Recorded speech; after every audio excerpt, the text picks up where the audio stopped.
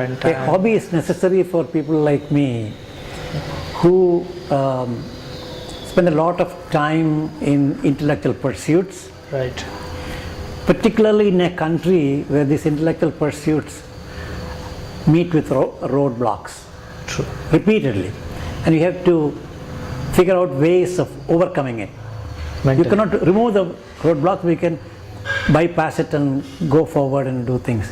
So you need to have a relaxed mind, calm mind. For that, a hobby is essential. And I have very simple hobbies. I'm a tree lover. Okay. So I develop seedlings of trees, collect seeds from all over the place. Wherever I go, I bring seeds, grow them, distribute them to institutions or to individuals. I've been doing this for many, many years. In fact, if you see the greening of both our college campus and the hospital campus, I had a major role to play in that. Mm-hmm. That keeps me going even now. Mm-hmm. Even today, I had planted on the college campus 2 seedlings of a palm tree that is becoming rarer year by year. Mm-hmm. It's called talipot palm. Okay. Okay. So I have collected seeds and raised nursery, and I'm distributing them. 2 of them are planted today. So that is my major hobby. Writing in newspapers and non-technical journals is another hobby. Okay. I enjoy doing that. Eco-Political Weekly, The Hindu, these are my main avenues through which I have written a lot. Now you would love to do more and more. Yes, I mean it depends upon their acceptance of what I write. So that's another hobby that takes your mind away from the science and technology and the problems thereof. Mm-hmm. So that's another hobby. Of course, I read books, fiction, non-fiction. Example, what are the fictions which you loved recently? I finished the Shiva series. The Immortals of Meluha. Okay. That series I've finished. I've read almost all Paulo Coelho books. Okay. Like that, and Okay. that's episodic. You get into a mood and I finish a number of books, then I go off to other books. I'm reading various books on India. The Forgotten India by, I think, Abraham George or somebody. Mm-hmm.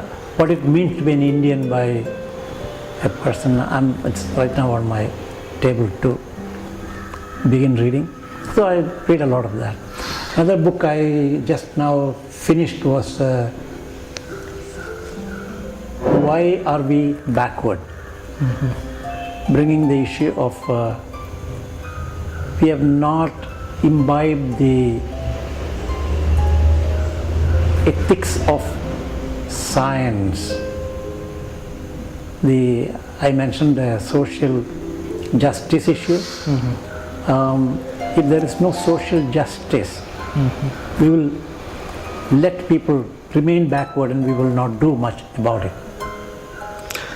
I have 2 projects that I am developing in Vellore. One is an old age home. Okay. It is traditionally called old age home.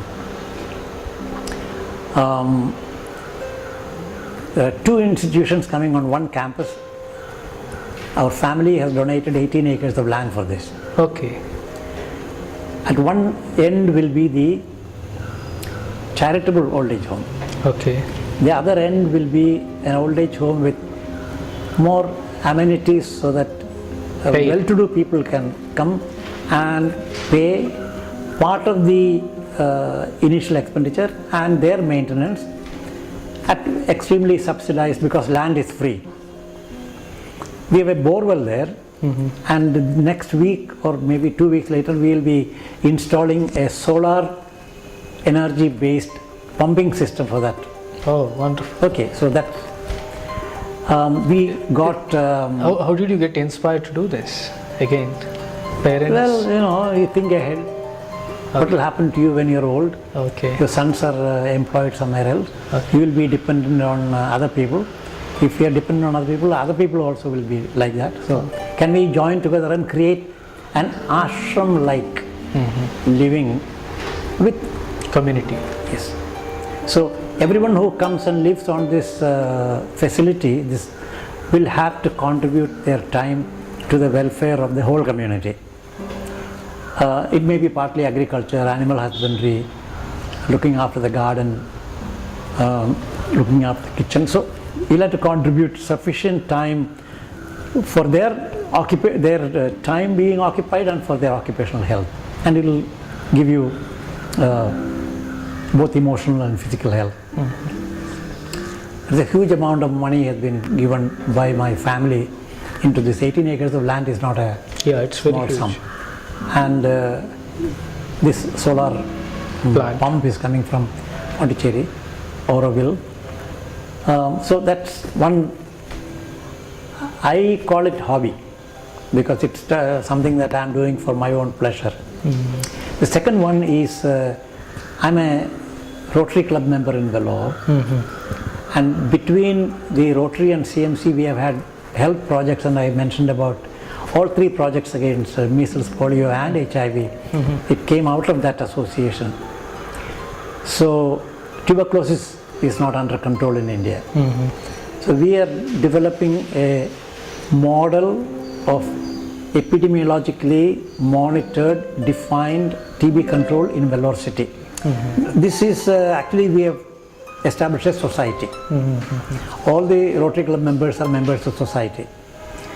And with CMC we have identified a number of gaps in RNTCP.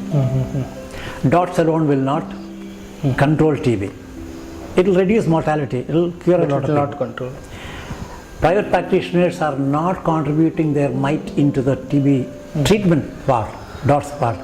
So we are already collecting the names and addresses of private practitioners. We will collect them in groups, teach them how to suspect TB very early, and then we will allow them to give one telephone call for our field worker to go to the clinic. This is with the help of CMC, Vellore and Rotary Club, Rotary CMC Vellore, and of course the district TB. This is another key activity which you are in. We have MOU signed by all these three groups. We have MOU with the district TB, CMC.